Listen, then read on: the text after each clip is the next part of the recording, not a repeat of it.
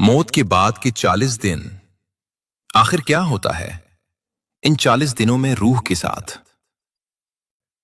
क्या आपने कभी ये सोचा है जब आप अपनी आंखें आखिरी बार बंद करेंगे और फिर कभी नहीं खोलेंगे और ये दुनिया हमेशा के लिए आपसे जुदा हो जाएगी? वो लम्हा जब आप अपने प्यारों की आवाजें तो सुन रहे होंगे मगर जवाब देने की ताकत नहीं रखेंगे। आपका जिस्म तो यही रह जाएगा, लेकिन आपकी रूह एक ऐसी दुनिया की तरफ रवाना हो जाएगी जिसे ना आंखों ने देखा है और ना जबान बयान कर सकती है। तो फिर वो पहली रात कैसी होती है और उसके बाद आने वाले 40 दिनों में रूह किन कैफियत से गुजरती है? इस वीडियो में हम सब मिलकर आलम बरज़ख के इस पुरअसरार सफर में कदम रखेंगे। एक ऐसा सफर जिससे हर इंसान को गुजरना है, लेकिन एक हस्ती ऐसी है जो उसे सबसे बेहतर जानती थी, हमारे पैगंबर हजरत मोहम्मद सल्लल्लाहु अलैहि वसल्लम। हमने जदीद तरीन मसनूई जहानत की मदद से मौत के बाद के इन लम्हों को इस अंदाज में पेश करने की कोशिश की है कि आप इस पोशीदा और पुरअसरार रूहानी सिलसिले से महरूम न रहें। अगर आप तैयार हैं तो आइए इस सफर का आगाज करते हैं। हमारे नबी सल्लल्लाहु अलैहि वसल्लम ने फरमाया, हर जान को मौत का जायका चखना है और अब वो लम्हा आन पहुंचा है। वो लम्हा जिसे आप बरसों टालते रहे, वो जिसके बारे में आपने सोचा कि शायद ये कभी नहीं आएगा। आखिरी सांस। जबान खामोश हो चुकी है, आंखें एक नुक्ते पर जम जाती हैं, दिल आखिरी बार धड़कता है और फिर हमेशा के लिए रुक जाता है। एक सर्द लहर पैरों से शुरू होकर पूरे जिस्म में फैलने लगती है, लेकिन ये आम सर्दी नहीं, ये इस बात की निशानी है कि रूह अब जिस्म को छोड़ने वाली है। हजरत दाऊद अलैहिस्सलाम ने मौत के बारे में फरमाया, काश मौत सिर्फ एक बाल खींचने जितनी तकलीफ देती। और रिवायत है कि हजरत मूसा अलैहिस्सलाम ने कहा, मौत का लम्हा ऐसा है जैसे किसी जिंदा जानवर की खाल उसके जिस्म से उतारी जा रही हो। इसी लम्हे रूह को पैरों की तरफ से खींचना शुरू कर दिया जाता है। फिर वो लम्हा आता है जब रूह आहिस्ता आहिस्ता टांगों से निकलकर पेट, सीने और आखिरकार हलक तक पहुंचती है। कुरान पाक की सूरतुल वाक़िया में इसी कैफियत की तरफ इशारा किया गया है कि जब जान गले तक आ पहुंचती है। जैसे ही रूह हलक तक पहुंचती है, सारा दर्द वहीं से मिट आता है। पूरा जिस्म यूं महसूस करता है जैसे उसे एक साथ कई छुरियों से काटा जा रहा हो। जिस्म का हर जर्रा, हर खुलिया कर्ब में चीख उठता है। ये कैफियत ऐसी होती है जैसे जड़ से बाल को जबरदस्ती खींच लिया जाए। रवायात के मुताबिक रूह इब्तिदा में जिस्म में आना नहीं चाहती थी और इसी वजह से उसका जिस्म से निकलना भी आसान नहीं रखा गया। इसी शदीद कशमकश के दौरान एक और आजमाइश सामने आती है। इस लम्हे एक ऐसा वजूद आपके करीब जाहिर होता है जिसे आंखें आम तौर पर नहीं देख सकती। ये कोई और नहीं बल्कि वही मलऊन शैतान है जिसने सारी जिंदगी आपको गुमराह करने की कोशिश की। अब वो आखिरी बार लौटता है।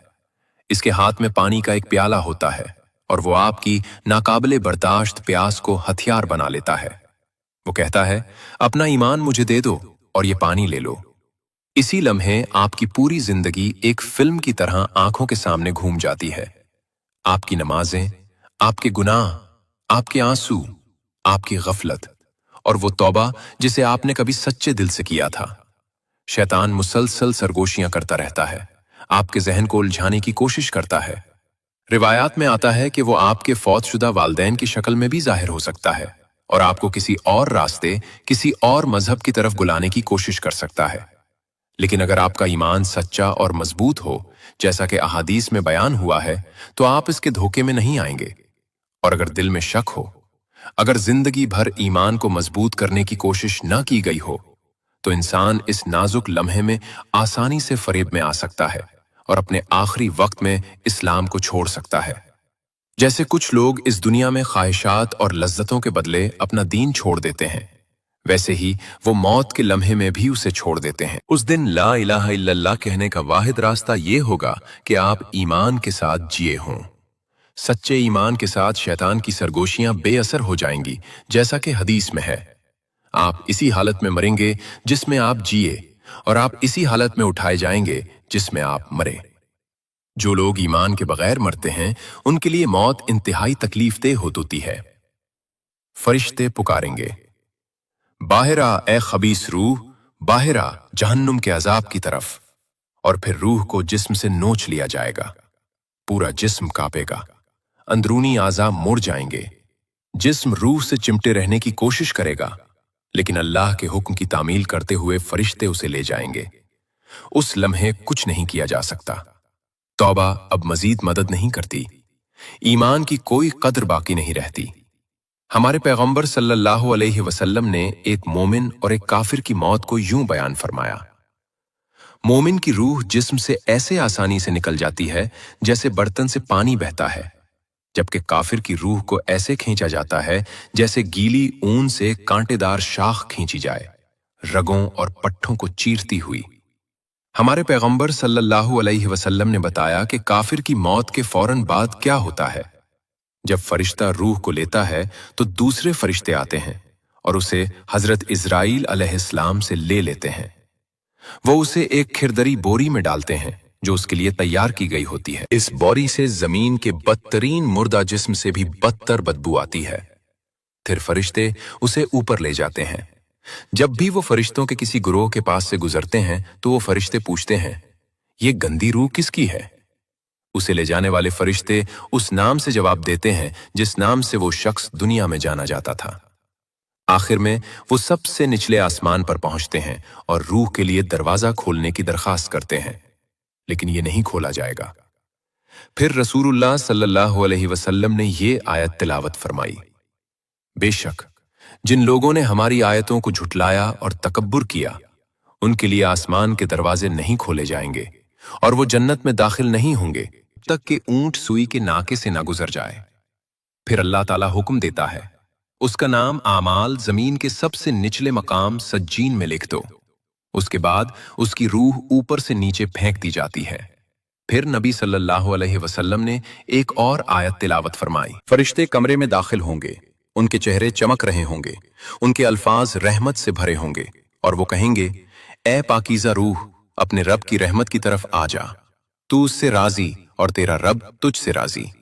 और कुरान फिर फरमाता है, बेशक जिन लोगों ने कहा हमारा रब अल्लाह है और फिर साबित कदम रहे, उन पर फरिश्ते नाजिल होते हैं ये कहते हुए कि ना डरो और ना गम करो, बल्कि इस जन्नत की खुशखबरी सुनो जिसका तुमसे वादा किया गया है। फरिश्ते मोमिन की रूह को नफीस रेशम में लपेटते हैं और उसे आसमानों पर ले जाने से पहले खुशबू लगाते हैं।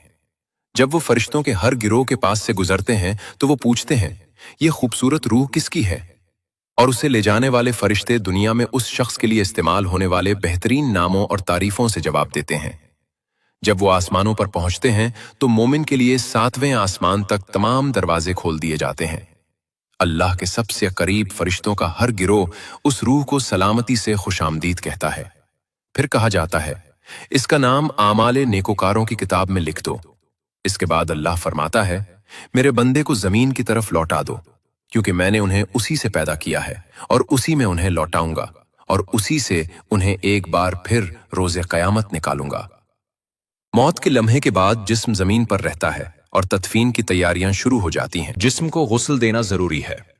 मुस्तनद अहादीस में नबी सल्लल्लाहु अलैहि वसल्लम ने फरमाया, जब तुम अपने मर्दों को गुस्ल दो तो उन्हें अच्छी तरह गुस्ल दो।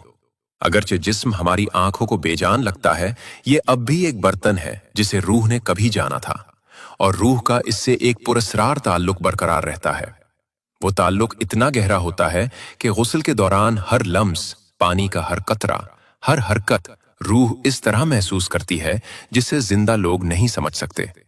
जैसे नमाज के लिए तैयारी की जाती है, इसी तरह दुआओं और एहतराम के साथ जिस्म को मरहलावार गुस्ल दिया जाता है और आप बतौर रूह सब कुछ देख रहे होते हैं।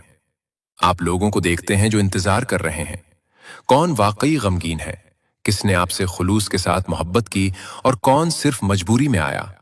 आप उन सब को देखते हैं। फिर वो आपको एक सादा सफेद कफन में लपेट देते हैं जिसमें कोई सिलाई नहीं होती। आप जो कभी घंटों कपड़े मुंतखब करने में गुजार देते थे, अब एक सादा से कपड़े के टुकड़े में लिपटे हुए हैं। सबसे सादा मगर शायद सबसे ज्यादा मानी खेज लिबास। आपकी नमाज़े जनाजा अदा की जाती है, मिट्टी की खुशबू आपके हवास तक पहुंचती है। आपका ताबूत जमीन पर उतारा जाता है। कब्र तैयार है, मिट्टी खोदी जा चुकी है, ठंडी, तंग और तारीक। अब यही आपका नया घर है।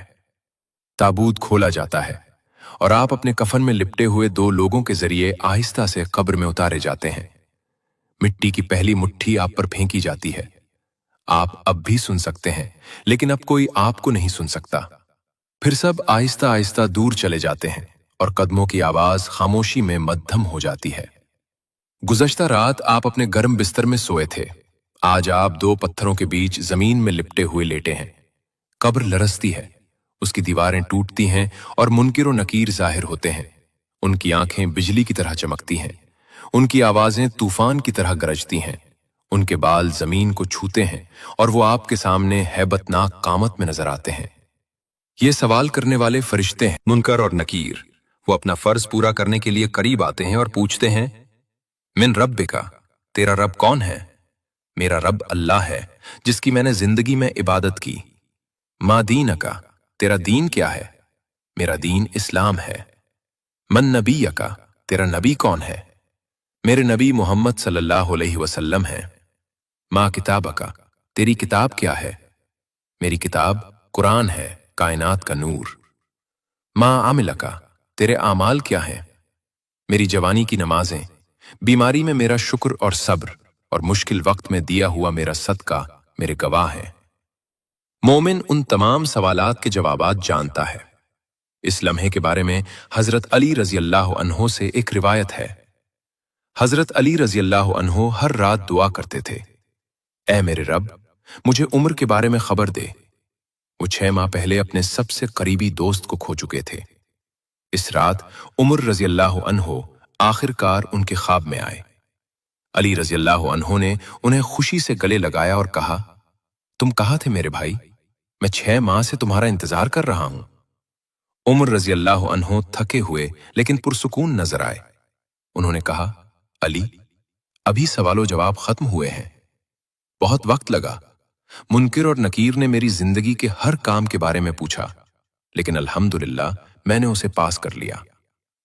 अहादीस में यह भी कहा गया है कि सवालो जवाब के दौरान एक और शख्सियत जाहिर होती है।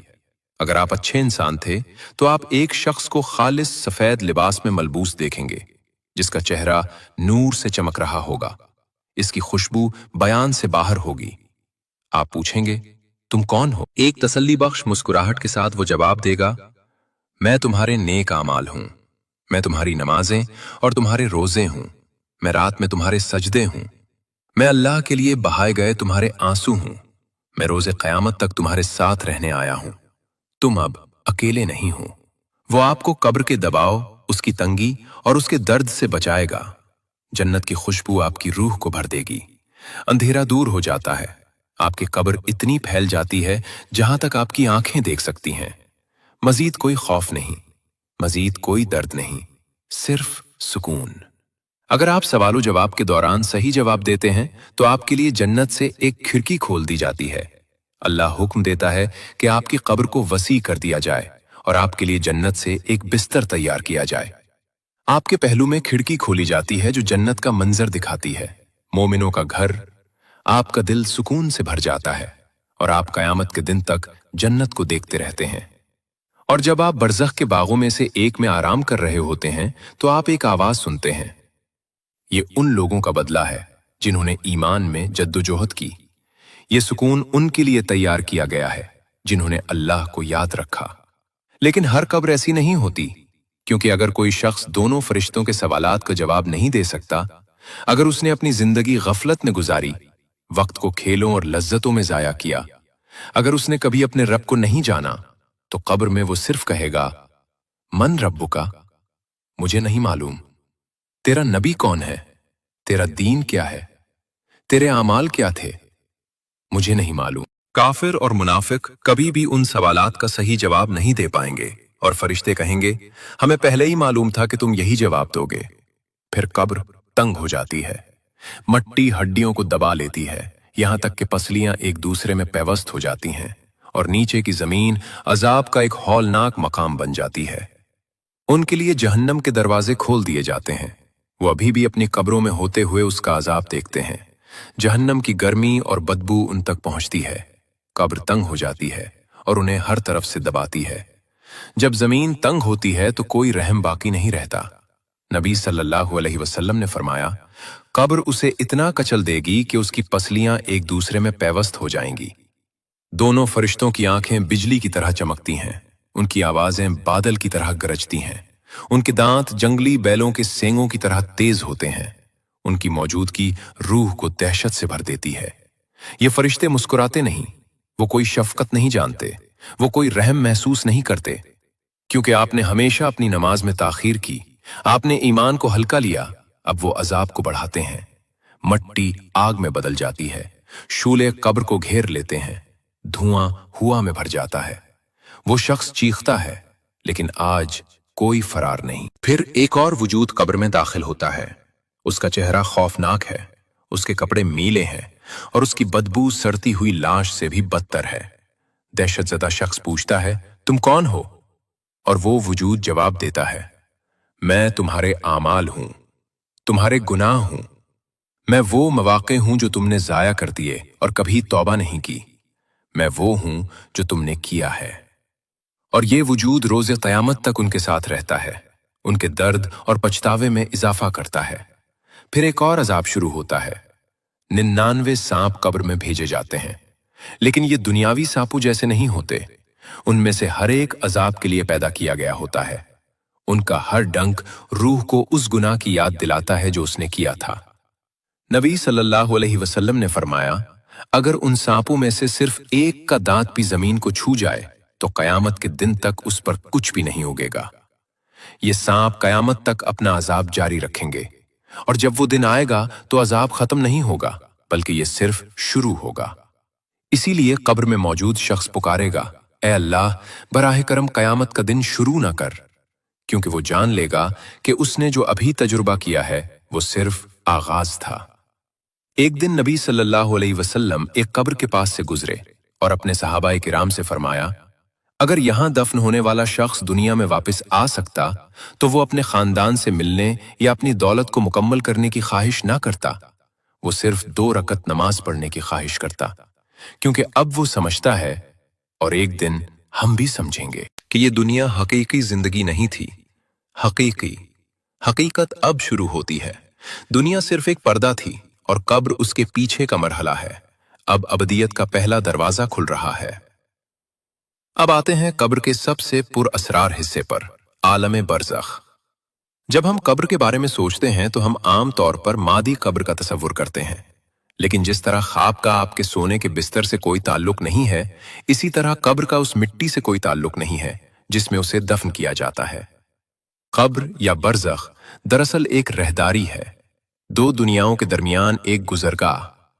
ये वो पुल है जिससे हम अगली जिंदगी में दाखिल होते हैं।